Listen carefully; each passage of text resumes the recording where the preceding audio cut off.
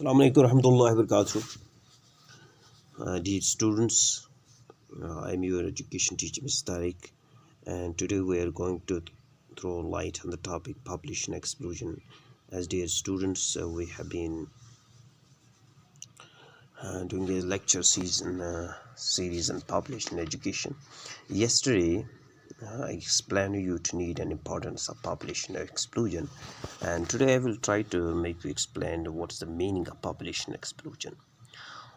So, in simple words, I will try to make you understand what does population explosion mean. That, dear students, the rapid rate of growth of population is called population explosion, or in other words, we can say population explosion, excessive rise or rapid rate of growth in population.